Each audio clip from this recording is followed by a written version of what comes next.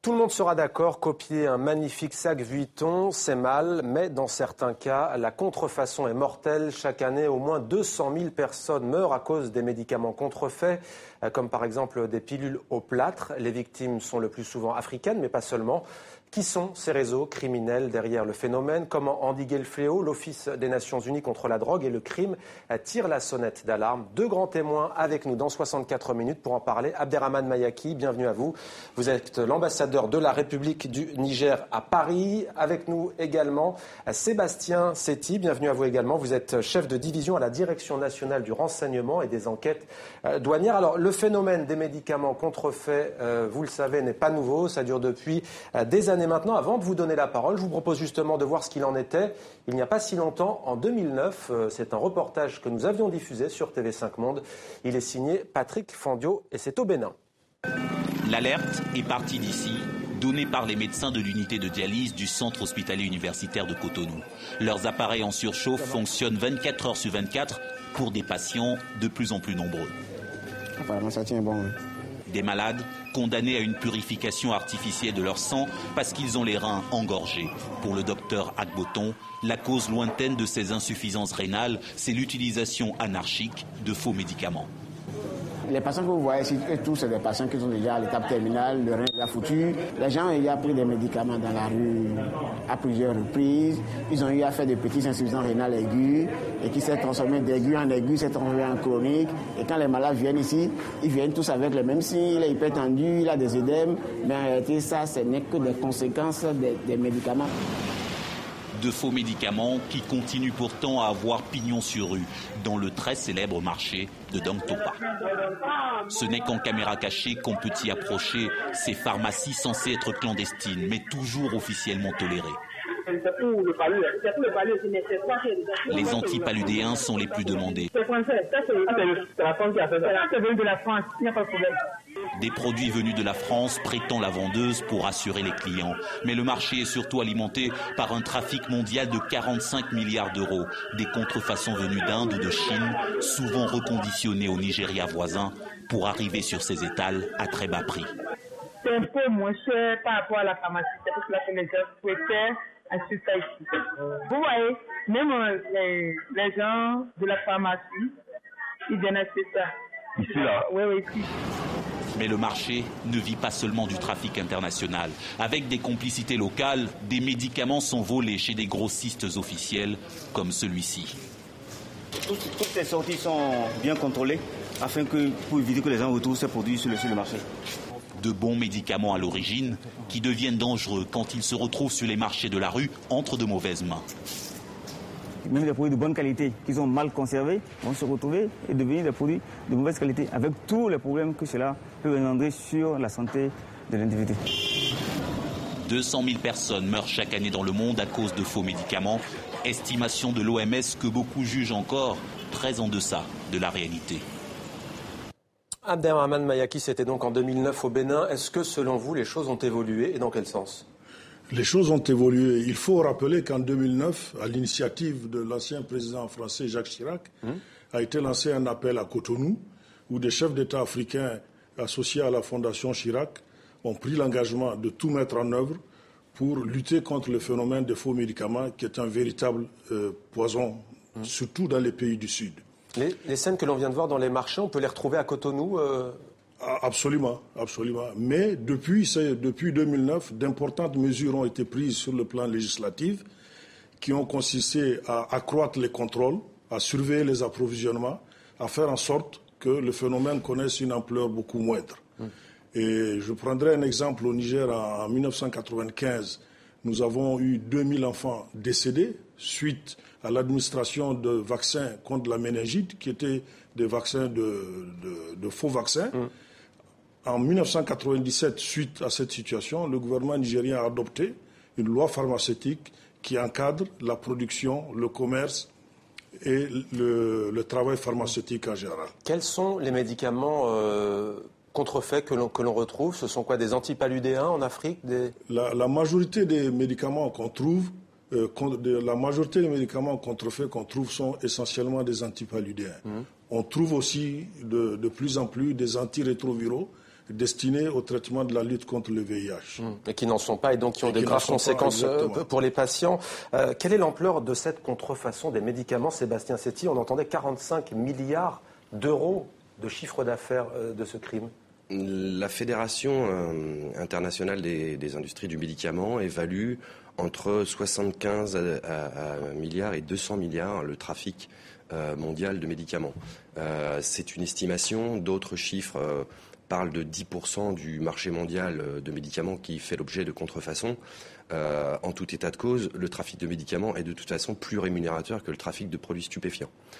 C'est une autre donnée qui permet de dresser le tableau face auquel, notamment, l'administration des douanes cherche à lutter. Pour quelle raison, ça, Sébastien Setti? Comment vous l'expliquez? Alors, un certain nombre de raisons. La première, c'est que un certain nombre de délocalisations de production du marché français, par exemple le paracétamol n'est plus produit en Europe, font que le marché est un peu plus vulnérable.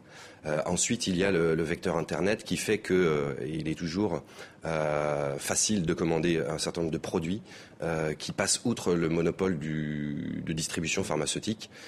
Et puis d'autres raisons telles que, je dirais, les productions, les fabrications asiatiques, notamment la Chine et l'Inde, qui parfois ont pignon sur rue et qui produisent plus facilement des médicaments, pas toujours contrefaits, mais très souvent falsifiés. Ou alors des placebos ou falsifiés. Qui sont ces réseaux concrètement?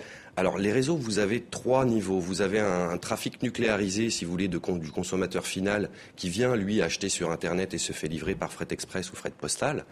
Vous avez un deuxième niveau qui, lui, consiste à importer, je dirais, avec des petits intermédiaires, par exemple des produits dopants qui sont distribués dans les salles de sport ou bien des amincissants qui circulent par le biais d'associations, par exemple, ou bien des produits érectiles dans les discothèques. Et puis vous avez un troisième niveau qui est la criminalité organisée et qui peut utiliser des méthodes comparables à celles du trafic de produits stupéfiants. Pour qu'on comprenne bien, quelle est la différence, Sébastien Setti, entre ce que vous appelez la falsification et ce qu'on appelle la contrefaçon de médicaments? La contrefaçon de médicaments a une incidence économique. Elle lèse les intérêts privés d'une marque, par exemple, lorsqu'il s'agit de la marque, et donc de la propriété intellectuelle. Alors qu'une falsification, c'est un médicament qui n'est pas forcément une contrefaçon et qui vient léser, lui, la santé publique du consommateur très souvent, lorsqu'il s'agit, par exemple, d'un produit qui est censé être à base de plantes et qui en réalité contient un principe actif, ou bien à l'inverse, un anticancéreux qui serait un placebo et qui ne contiendrait que du sucre. Comme disait l'ambassadeur, avec toutes les conséquences que ça engendre. Abderrahmane Mayaki, les marchés seraient inondés donc de faux médicaments, faussement étiquetés, falsifiés, on vient d'en parler, mal dosés également, voire surdosés. Mais est-ce que ce n'est pas parfois, pour ne pas dire souvent, avec la complicité de certains responsables de l'administration des pays où on observe ce fléau? C'est juste l'observation que vous faites. C'est pour cela d'ailleurs qu'au mois de décembre 2013, au Niger, la première dame du Niger, Dr Malika Issoufou, qui est à la tête d'une fondation qui lutte contre ce phénomène, a réuni une dizaine de premières dames d'Afrique de l'Ouest et qui se sont engagées à être les ambassadrices de la cause de la lutte contre les produits contrefaits. Et au titre des recommandations et des résolutions qu'elles ont prises, figurent 3 principales, notamment faire en sorte que la législation soit plus rigoureuse, et deuxièmement, mener une vaste campagne de sensibilisation auprès des populations, et troisièmement, surtout former tous les acteurs qui sont dans la chaîne du contrôle des produits pharmaceutiques. Parce que, véritablement, il y a des complicités qui favorisent le développement de ce phénomène. Est-ce qu'il n'y a pas aussi, parmi les problèmes et les raisons qui font que ce fléau prospère, est-ce qu'il n'y a pas aussi le coût des médicaments? On imagine que les patients qui vont acheter sur les marchés ne le font pas de gaieté de cœur? Absolument, absolument. Et c'est le lieu ici de dénoncer un peu toutes ces mesures libérales que certains pays d'Afrique ont été contraints à prendre suite aux injonctions du FMI ou de la Banque mondiale, qui ont entraîné un retrait de l'État des secteurs sociaux tels que l'éducation, la santé, etc. Et il est vrai que face à une pauvreté galopante, il est évident que les populations sont plus inclines à se tourner vers des médicaments qui sont à moindre coût. Et là, l'État a un rôle majeur à jouer. Et nous, dans le programme de développement économique de notre pays, Nous comptons faire de l'approvisionnement en médicaments sûrs un des objectifs clés de la mise en œuvre de notre politique de développement. Alors, Sébastien Setti, dans les médias, on évoque souvent des prises de cocaïne, de cannabis. C'était encore le cas récemment dans le sud de la France. Quels sont les moyens de lutte dont vous disposez? On a le sentiment que c'est un sujet dont on parle beaucoup moins que le trafic de drogue. La douane française, pour lutter contre ce phénomène de médicaments falsifiés, fait un gros travail de renseignement.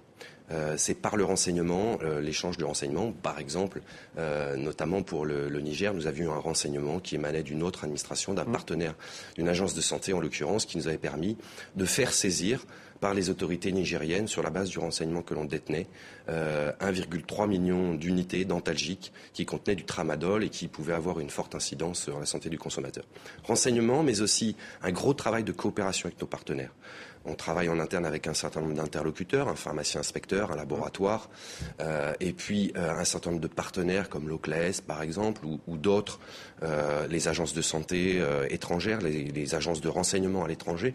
Tous nos partenaires, y compris les laboratoires privés, sont aussi nos partenaires dans cette lutte. Nous avons aussi la nécessité d'une implantation stratégique en matière douanière. Nous sommes présents dans les ports et dans les aéroports, ce qui nous permet de procéder à des contrôles, donc à des saisies, de retirer ces produits du marché. C'est ce qui fait notre force.